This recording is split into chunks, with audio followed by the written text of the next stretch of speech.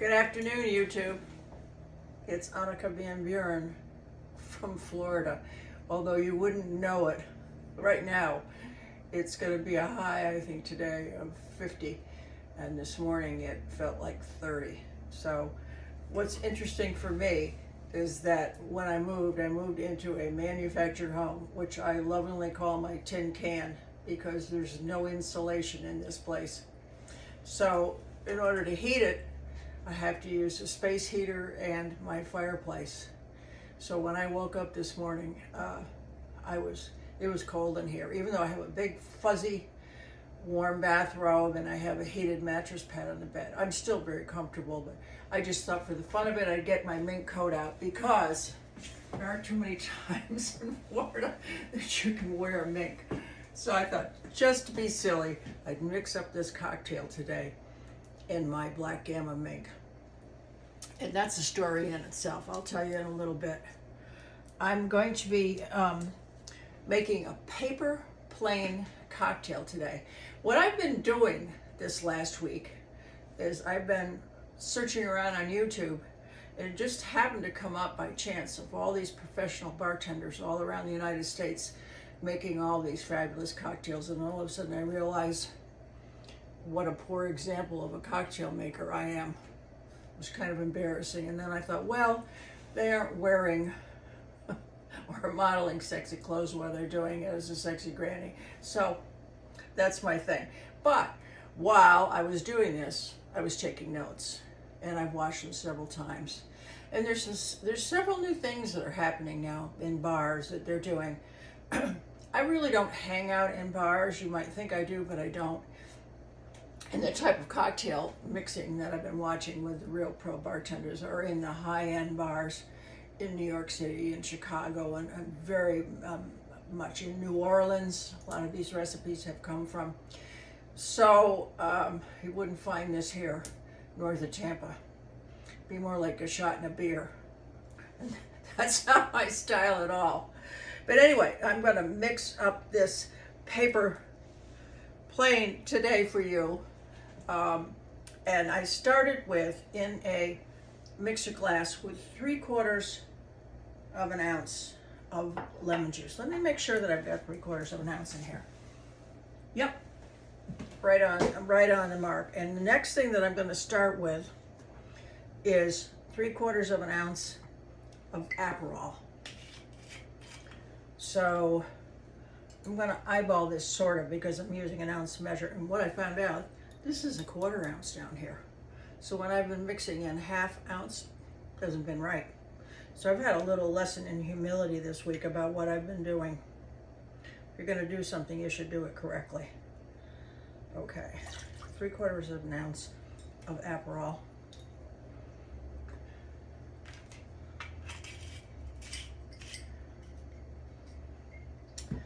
And this is the Frenet-blanca that I used the other day, which is an Amora. So we're going to add that to it too. Another 3/4 of an ounce. What's interesting though, I saw 2 recipes for this particular cocktail. And there was 3 ounces of liquor in it. There was 3/4 of an ounce of the Aperol, of the Fernet, 3/4 of an ounce of bourbon, and then 3/4 of an ounce of whiskey. I thought, whoa, 3/4 of an ounce to add a bourbon of this and to mix this up is really enough. Might have a little peppery taste, the whiskey, but rye whiskey, but I think I'm just going to leave it out today. And you know what? That's the fun part of doing this. You can experiment. So I mix that in dry. One of the things that I learned is that you always put the cheapest ingredient in first. That would be the lemon juice. And then if you mess it up at that point when you're using those, you can just toss it.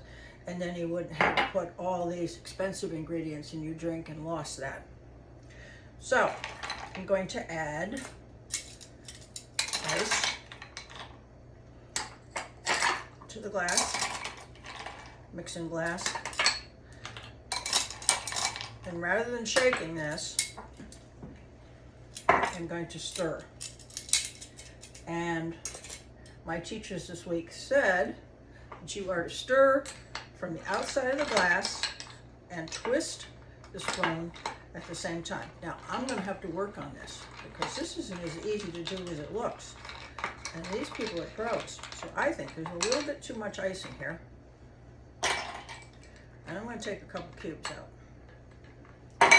The idea isn't to dilute the drink, it's just to chill it.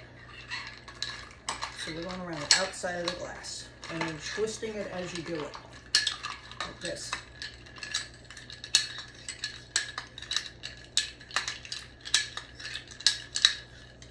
And of course, you're doing it a lot faster than I am. So you can watch me practice here the next few weeks and months and see if I get any better at this. Okay, I'm going to be using a coupe. It doesn't have to be chilled. I'm going to put the strainer in the top of this. This has a name and I don't remember what it is, but I'm also going to be doing this. Make sure that we don't get any sediment in here at all.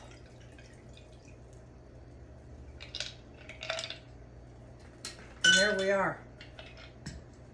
That is a paper plane. Let's see what it tastes like.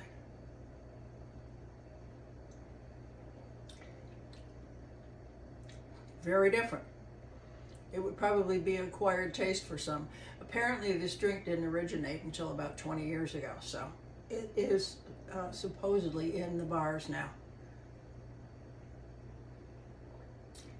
It's different. I don't know that I like it yet, but I might down the road. So let me step out here a minute. I'm going to come around, and I'm going to move my camera out a little bit. Be patient. And let's hope it doesn't fall over, because it's right at its very edge. There we go. Okay. Here I am. Here's the coat. And I'm wearing below the knee cocktail dress in black, black stockings, and these are Sam Edelman stilettos that are trimmed in what look like mink. I thought they were cool when they saw them. I thought they were perfect with the coat. It's all lined with silk. Let me walk down here a little bit for you.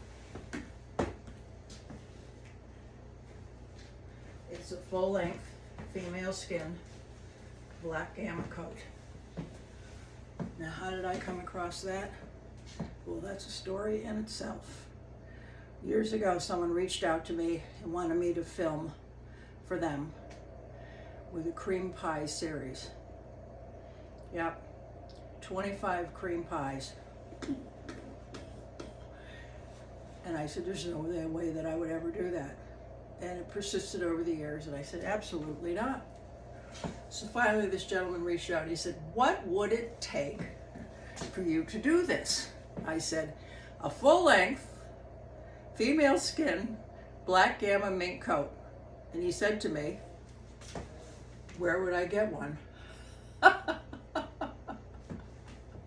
And he was down in New Jersey, and he went to Macy's First Salon at the Short Hills Mall, which is one of the most prestigious malls there is in the United States, and lined up a date for me, and we went down to the Short Hills Mall, and there were coats all lined up waiting for me.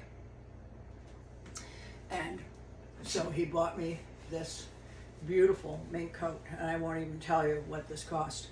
Of course he got a discount, but I had to trade in the coat that I was wearing, which was a long black wool coat, all trimmed in black fox. And if you've seen any of my old photographs, you'll see me walking down a hotel hallway in the coat with a black sequin mini skirt, black sequin top, and thigh-high boots. It's really a pretty spectacular picture. So that's how I got this coat. But what I will tell you about this, if some of you are totally against mink coats, that's okay. But when I was living in upstate New York, one winter, it dipped below 30 before Thanksgiving. It didn't come up again until March. and I had this coat, and it was such a cold winter. I wore this to the grocery store. I wore this to the hairdressers. I wore this any place I had to go, and I was never cold all winter long. It's the only time when I thought, well, today would be a perfect day just to pull this out of the closet. I mean, it's nowhere near that here. But I have my blackgama mink, and what I will probably do, you know, when I leave this earth is pass it on to my daughter. Because once you buy a fur, it's sort of like diamonds. The value of it goes down. So I have it. And what I do is I just picked it up from cold storage in Tampa. And there's only one, of course. But people do travel.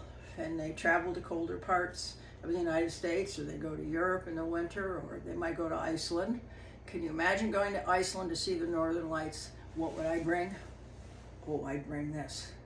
That's on my bucket list. I would love to go to either the Scandinavian countries or to Iceland, or maybe even Scotland, you know, to see the Northern Lights.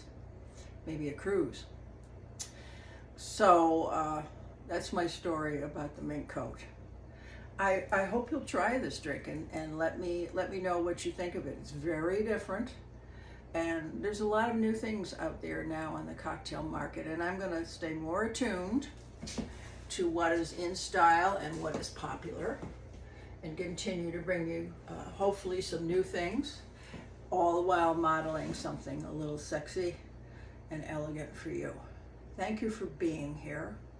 Thank you for stopping by to see this glamorous granny who has no intention of giving up the ghost and wandering around in a house dress and an apron in my elder years. I'm not ready for that yet, but I hope you're not either. Thank you for being here, and please subscribe. And if you want to be in the know, these posts come up on Wednesday afternoons every week, this cocktail series, modeling something glamorous. And hit that bell, it'll notify you. You'll see how to make this drink in the description below. I hope you have a wonderful week, an even better week, and it's finally going to start warming up here this week. It's going to probably go down close to frost here. I'm going to have to cover my orchids outside tonight, tomorrow night, probably Friday night. But they've made it through this winter so far. It's been very chilly here for Florida. I know we're all whining about the cold, but we're just not used to it. I've got my coat. I got my love to keep me warm. Namaste, my friends. Remember, it doesn't cost a thing to be kind. See you soon.